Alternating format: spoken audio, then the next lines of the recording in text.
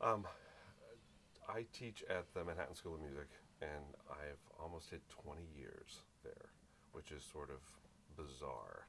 I can't believe it. In the same way, New York Voices is having a milestone this year too.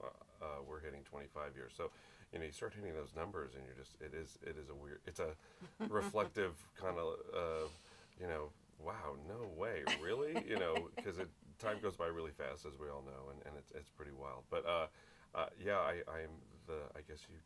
I'm considered the head of the jazz voice department, and it's just a graduate program at the school, and so the students come in kind of getting it already, and so it's so fun that you can just get really specific and really really deep into stuff.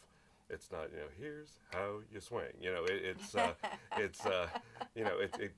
definitely a step or four past that, and so I know I hear Ted Rosenthal teaches there too, and he said it too. I learn so much from them and become aware of so many other things from them, and it makes you stronger. And and like he said, you have to kind of stay ahead of the game. Just like I have to be on top of my game here to really give these people information.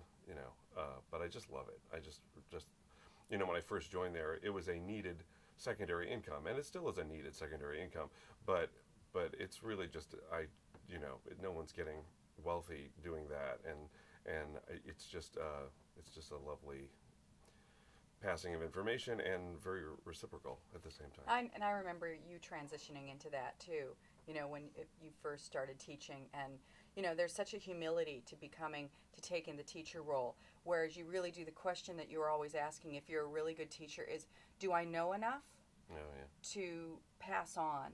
And I think that's what keeps us all really humble, and also keeps us perpetual students of music. Well, in jazz, for sure, you can never rest on your laurels in jazz.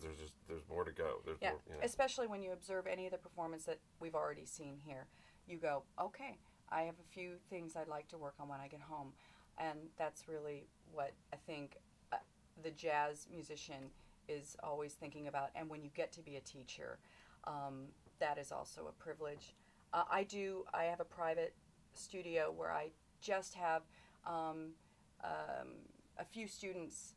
They usually come to me. I live out on Long Island, but I do meet people in the city, and I really mix it up. It's more also sort of coaching and nurturing maybe an already formed singer, and getting them further on the road of thinking about the kinds of things that you want them to think about, like the lyric and like the phrase and the feel and all that nuanced stuff. I really love that, and just trying to find more time for that is really the challenge. But I could see down the road that would be maybe a little bit more of a focal point. But now, between road life and other career choices and raising a family, I don't spread myself. I can't spread myself quite so thin. But I do love it, and also the voices do a tremendous amount. It's always been a huge part of the group that we do. We work with so many groups and we do a lot of classes together, and it's a pretty, we don't toot our own horn a lot, but that is an area that we feel really comfortable in, and we have a camp every summer that we do at Bowling Green State University, the vocal jazz camp there, and it's pretty.